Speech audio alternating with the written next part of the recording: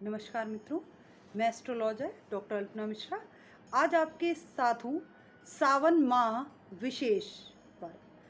आप सभी जान रहे होंगे कि 14 जुलाई सन 2022 दिन गुरुवार को बहुत ही पावन माह चतुर्मास का एक महीना सावन माह जिसे कहा जाता है, जिसकी हिंदू धर्म में बहुत ही मान्यता है। और माना जाता है कि इस माह अगर शिव जी का सच्चे मन से जलाभिषेक किया जाए तो जन्म कुंडली से संबंधित, जीवन से संबंधित किसी भी प्रकार की परेशानियों से हम निजात पा सकते हैं। इस वर्ष 2022 में सावन का माह 14 जुलाई से प्रारंभ हो रहा है सावन, किंतु जो सावन के सोमवार की व्रत की महत्ता है वो अलग ही है। यदि आप सावन के सोमवार का व्रत रखते हैं संकल्प लेके किसी विशेष कार्य के लिए, तो ये आपको अत्यंत लाभ देता है। तो पहले हम ये जान लेते हैं कि इस वर्ष सावन में कितने सोमवार पड़ रहे हैं और यह कब कब पड़ रहे हैं। तो सावन का पहला सोमवार पड़ता है 18 जुलाई को।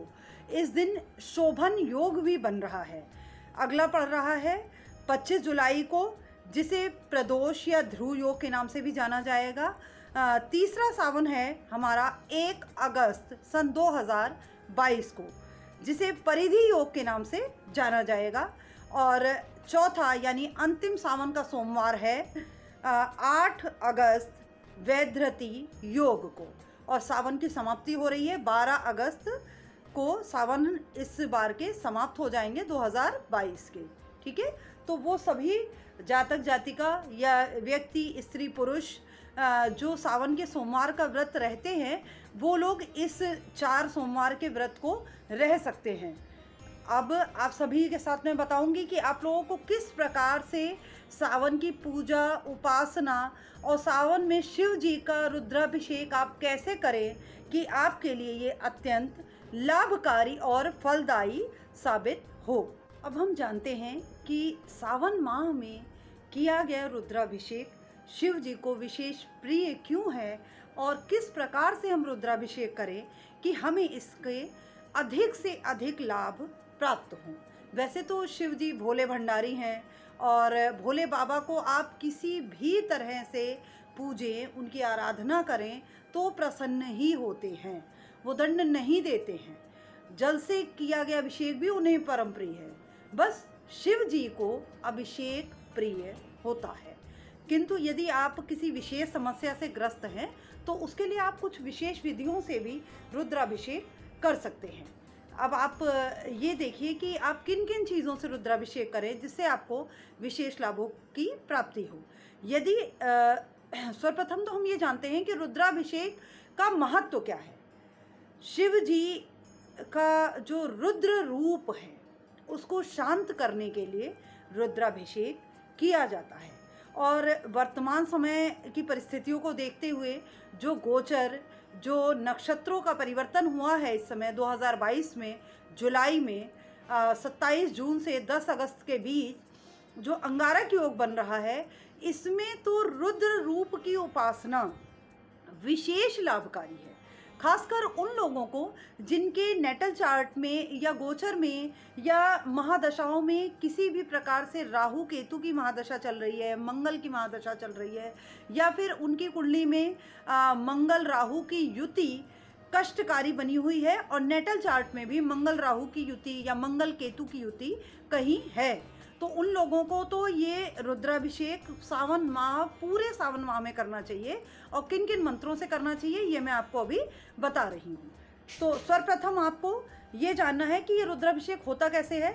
इसके लिए आपको शिव जी की जल लेना है और एक श्रृंगी आती है, उससे आपको धीरे धीरे, या नहीं है तो आप चम्मच का इस्तेमाल भी कर सकते हैं, धीरे धीरे शिवलिंग पे आपको जल अर्पित करना है और मंत्रों का जाप करना है।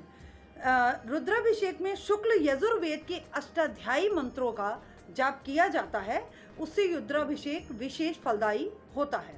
यदि आपके जीवन में किसी भी प्रकार की संतान संबंधी समस्या है, वह सभी जातक जो संतान संबंधी समस्या से ग्रसित हैं और कई वर्षों से संतान के लिए प्रयासरत हैं किंतु उन्हें संतान की प्राप्ति नहीं हो रही है, वह इस सावन माह के पवित्र शिव माह में घी से शिव जी का रुद्राभिषेक करें। अब हम जानते हैं कि क्यों विशेष है सावन का महीना, क्यों इतना प्रिय है शिव जी को सावन का माह और शिव जी को सावन माह में किए जाने वाला जलाभिषेक। तो सर्वप्रथम तो आप सबको मैं बताऊंगी कि सावन माह में ही अमृत मंथन हुआ था। जो समुद्र से अमृत निकला था वो सावन माह में ही निकला था और उस अमृत को राक्षसों से बचाने के लिए शिव जी ने विष धारण किया था।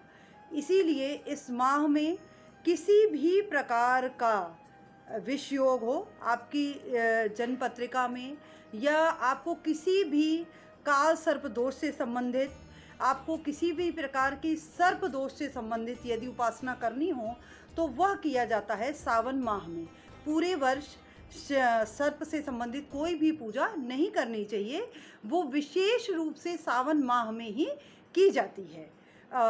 अगली चीज़ कि किसी भी व्यक्ति के जीवन में यदि विवाह संबंधी परेशानियां आ रही हैं, कोई भी बालक या बालिका, लड़का या लड़की विवाह से संबंधित परेशानियों से जूझ रहे हैं, विवाह नहीं हो रहा है, तो उसके लिए भी सावन में किया गया जलाभिषेक, रुद्राभिषेक या शिव पार्वती की आराधना विशेष लाभकारी होती है।